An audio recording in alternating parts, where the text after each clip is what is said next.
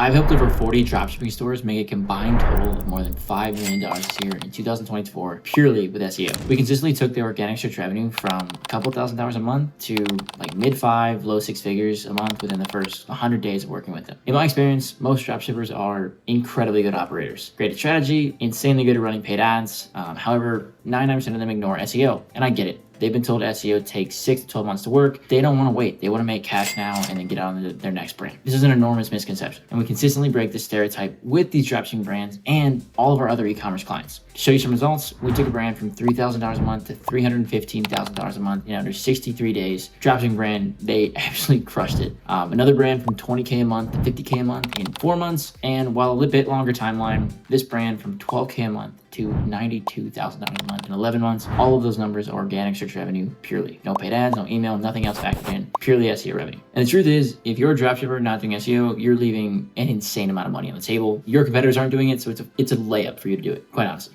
Aside from retention channels like email, SMS, which even a lot of you guys don't do that, SEO is the only channel that will not eat into your margins and will actually exponentially grow month over month if done correctly. So today I'm going to give you the 6-step playbook we use at our agency to help dropshipping clients dominate organic search. It's also the same 6-step playbook that is in my course 5-Hour SEO, which I'm going to get to in a bit. For those of you new to my channel, my name is Cromwell, founder of Newsies and 5-Hour SEO. And since starting our agency and our program, we've helped now like 70 brands 2 to 3x their organic search revenue through SEO, some even as much as 12 to 15x their organic search revenue. Without further ado, let's get to it. First and foremost, number 1, finding target keywords. The first mistake most dropshipping stores make is targeting impossible keywords right out of the gate. Take something like patio furniture, very popular niche with the outdoor furniture space. It gets 15,000 searches a month with a 79% score on the KD according to SEMrush. According to SEMrush, you need 110 backlinks just to have a chance at ranking. Assuming there are like 110 good backlinks, that is going to cost you somewhere on the mark of like $30,000. Unless you've got a huge budget and tons of time to wait, just not gonna happen, right? I wouldn't spend $30,000 to rank for that. I wouldn't recommend you do either. So instead of thinking about just patio furniture as a big broad concept, I want to look for more high intent keyword variants. So patio furniture. Think about subversions or subcategories of patio furniture.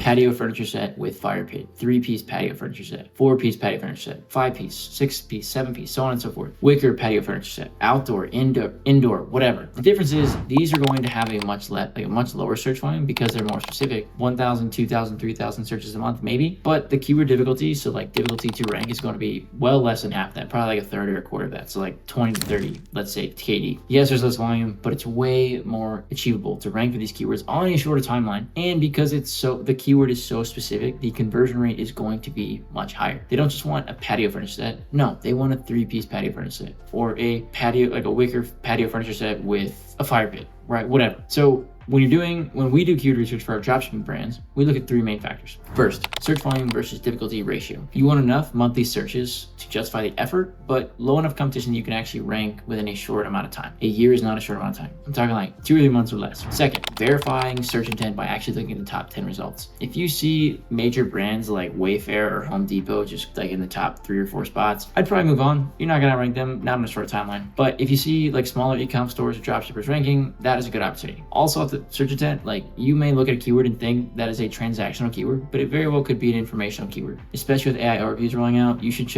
manually check each search result to make sure like there are product or collection pages showing for those transactional keywords. If it's a blog post showing for what you think is a transactional keyword, no matter how good your collection page or product page is, you will never outrank an informational keyword because that is what Google has deemed is the search intent. Last up, third, this is crucial. We look at what I call collection clusters. If you can rank a collection page for wicker patio furniture set, you can probably also rank for a variation of it, like outdoor wicker furniture set or wicker patio sofa set. So this lets you maximize your ROI from a single optimized collection page, or if you're early on, you can try it out with 3 different collections and see how you get on. Step 2, optimizing product and collection pages. It's not a one and done, but like it should be one of the first things you do, and it is going to have the biggest impact probably, especially if a store with a lot of SKUs. What I do not recommend you doing is just copy and pasting your product or collection descriptions directly from your supplier. If you do that, you will never outrank them. Your credibility will just be like nothing. Google saw their content first. They have the authority here. So you need to rewrite it. And I'm gonna show you how we optimize these pages and how we rewrite the content for dropshipping brands. So for collection pages, your title needs to be the target keyword exactly. Okay, no questions asked. let's use the patio furniture set. Let's say I have a collection and it's wicker patio furniture sets. That is what the title /H1 will be, wicker patio furniture sets. Not just patio sets, not just outdoor furniture, not just wicker, specifically wicker patio furniture sets. The meta title should be a close variant of this with the direct keyword front loaded plus a call to action. So something like wicker patio furniture sets, free shipping over $2.99,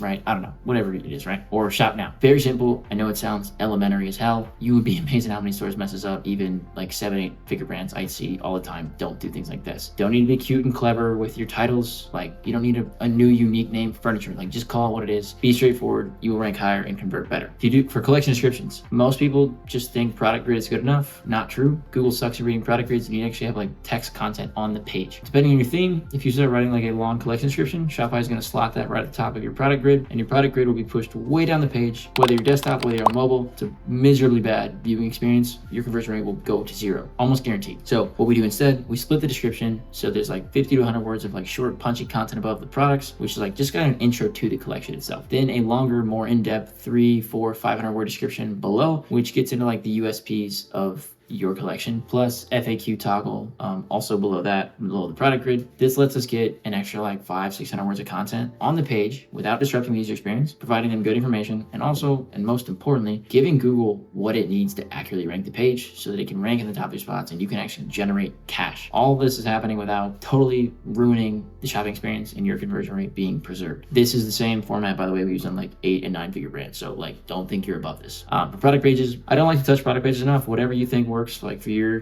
CRO, fine. I will say you need to have a few mentions of your keyword, but if you're just starting from scratch, here's what I would do. Unique detailed description, key features and benefits, obviously, specific measurements and specs. Of course, if you're selling like furniture, clothing, you need all that kind of stuff. And then high quality optimized images with proper alt text. I would say like you just mix in some UGC and some static, like some basic shots, but ultimately like, you know your brand the best photo wise. Structured data is a good nice to have, not a need to have. But if you do add it to your product pages, it can help. Things like product name and brand, prices and availability, reviews and ratings if you are like you already have those, as well as product images and SKUs and other identifiers. Number 3, technical SEO. I want to be clear, I hate technical SEO. I think it's worthless for most brands, but there are a few things you should do. By default, if let's you're on Shopify, okay, that's like what I live and breathe Shopify SEO. Okay? By default, Shopify creates tag pages, vendor collections, and product type collection. They all create a new URL, which is thin content. Okay, those pages are never going to rank. You don't even care about them, but Google will index them by default. So if you've got 100 products, this can easily result in hundreds of more pages that you don't need. Open your robots.txt. Well, you have to create your robots.txt file, then you'll have to edit it. You want to make sure your product tags are set to no index, block vendor and type collections. Also, you'll want to properly canonicalize your product variants, which won't actually be in the robots.txt file. And then you want to also fix internal product links that point to canonical URLs. So if you're thinking like, what am I talking about right now? Just search on Google like collection page, canonical URL Shopify, how to fix or something like that. There's like a ton of forums. Also type in your Shopify theme name. You'll have a ton of results that'll show you how to do it.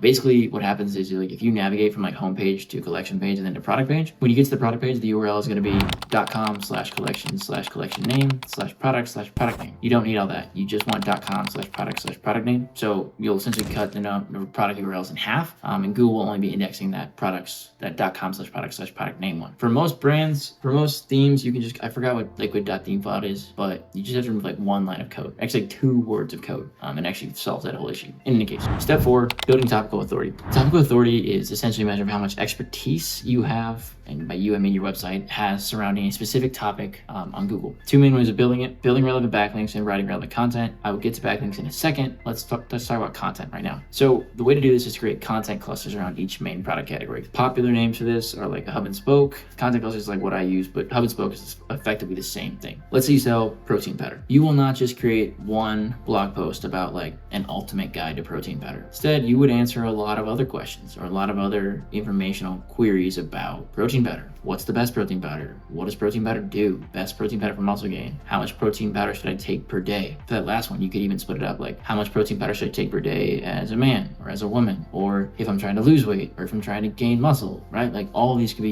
unique articles. These are all like like middle, some maybe top of funnel keywords that potential customers like in your TAM are searching for before making a purchase. You do not need thousands of blogs to achieve topical authority. A couple years ago, I would have said maybe yes, but now like Google is a lot better at, like, it should be more like topic focused research, not so much keyword focused research. So a lot of keywords you will find will actually be able to be targeted on one singular page, as opposed to like a decade ago when you could just create a new page for each keyword. Far more sophisticated than that now. So just use your honestly, just use your critical thinking to like determine whether or not a keyword needs its own page or it should be on the same page as another one. I would say most niches, depending on what kind of niche, you can achieve topical authority for a particular cluster between 10 to 30, 10 to 40 articles, maybe. Protein powder is obviously pretty like widely researched, widely questioned niche. For that one, you may be looking at like 50 plus, but again, it'll be niche by niche. Now, when you write these blogs, you're not just writing them to write them, okay? You're not writing from traffic. I know everyone's like, oh, blogs bring traffic. Like, yeah, cool. But every piece of content is actually going to serve a purpose. And the purpose is that you can provide internal links, which link to your money pages, which is how you make money. So step 5, internal links are about passing value to your most important pages, so your products and your collections. And everyone says helping Google understand site structure. I like to think of it as like forcing Google to, like, showing Google what your site structure is. Like, don't help them, like show them, okay? Like force them to understand what it is. So protein powder. Let's say you create a blog post about how to choose the right protein powder. I'm not just gonna throw some random link at the bottom to the protein powder collection like, hey, shop here. In fact, that link, because it's the most like relevant money page link to a blog post about how to choose the right protein powder, obviously, it should be within the first like 100, 200 words. You could even be as ambitious as like the first like 25 to 50 words using a very close anchor match. So maybe like, you know, best protein powder could be one. And then another article you could do like, God, I don't know, like premier protein powder or like quality protein powder, right? Whatever. Within that same blog, you'll also add 2 to 3 more contextual links to other blogs that talk about protein powder. Okay, that's how you get the hub and spoke model. Blogs link to blogs. You get like this network of things, and all these blogs now link to the central collection page. That's one piece of the internal linking. The other piece is linking between collections. Okay, you want to build out sub collections and link between those, right? Your main protein powder, assuming you sell multiple types of protein powder, should also link to whey protein powder collection, plant protein powder collection, weight gain protein powder collection, muscle mass protein powder. This creates a clear hierarchy that Google and users will like intuitively understand, and it enables us to rank for far more high converted keywords. Rather than just putting like all of your cards on trying to rank for protein powder, if you've got like 20 different protein powder collections all targeting like less competitive, higher converted keywords, it's going to be easier to rank and easier to make more money, which is obviously that's the reason you're here. I would say one common thing about internal linking that a lot of dropshipping stores miss, and just like SEOs in general, you can be pretty aggressive with your internal link anchors than you can, more aggressive at least than you can with backlink anchors. For collection pages, I would recommend use like exact matched anchors and sprinkle in partial match anchors every now and again. And that, again, like that will just forces Google to understand what the page is about as opposed to helping it understand. Like, just tell it. And it helps us to rank for those keywords and their close variants much faster, again, helping us make money much faster. You also need to think about your linking hierarchy, okay? Don't just build links for the sake of doing so. You don't want to just like link every somewhat related page to each other. There is a very specific structure you should use, and I have a video about internal linking, so you should check that out. But let me give you the Cliff Notes version. On your homepage should link to all of your core collections. There should be a link on your homepage, like carousel or something, that links to your collections. Collections should link to related collections, and then blog posts should link to other blog posts and also to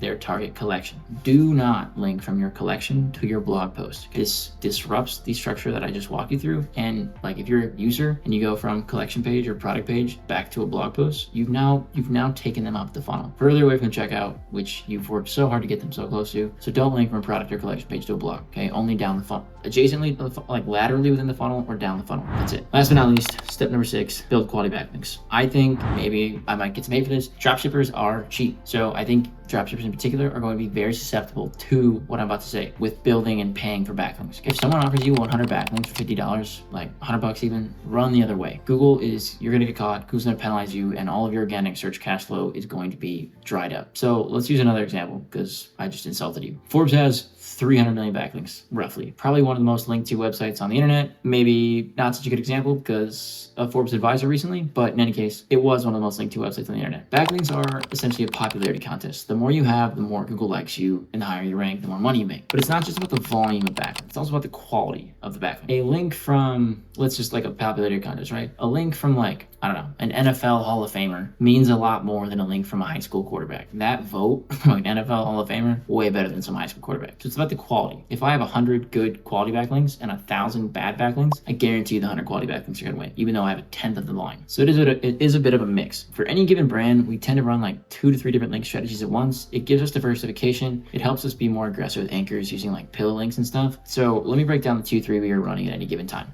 Link insertions, press syndication, and PR link building. I like link insertions over guest posts. They're cheaper, they're more effective, and honestly, they're less effort. Basically, find sites in your niche that are relevant with a good like domain level traffic and like a decent DRDA. And then I find like a page on the site that actually has traffic and is also relevant to you. Suggest an alteration of the content with a link to your site. Very straightforward, way less work than writing a 1,500 word guest post. Okay, number 2, press syndication, basically the poor man's version of PR link building. Basically write newsworthy articles about your brand and syndicate them across hundreds of platforms. The one that we use publishes like 200 or 300 links. Not all 200 links get indexed, but we do also build tier links on top of that. And the ones that actually get indexed and build tier links do create valuable signals, which do benefit us. Last but not least, PR link building. So there's reactive PR and there's digital PR. I'm not going to talk about digital PR. Reactive PR is what we do. It is a cheaper version, and it works just as well, just on a smaller scale. Basically, source, like used to be Hero, but Hero got sold now and got sunset. So like source bottle, quoted, featured, even Twitter, you can find these opportunities. Basically, journalists reach out to you for a story there, reach out to a database for a story they're looking to get an expert commentary on. We essentially pitch on behalf of our brands as subject matter experts. We land links. As of recent, MSN, Home and Garden, Business Insider, Yahoo, Amex, CNN, all that good stuff. We've landed links on all those sites for various clients. They're great. Link insertions are going to cost you like $100, $200, $300 on average. PR, like reactive PR links, are technically free minus your time. So I would do a mix of both. That's what we do. Ideally, you want to be landing like 5 to 10 links a month, bringing you somewhere in the range of like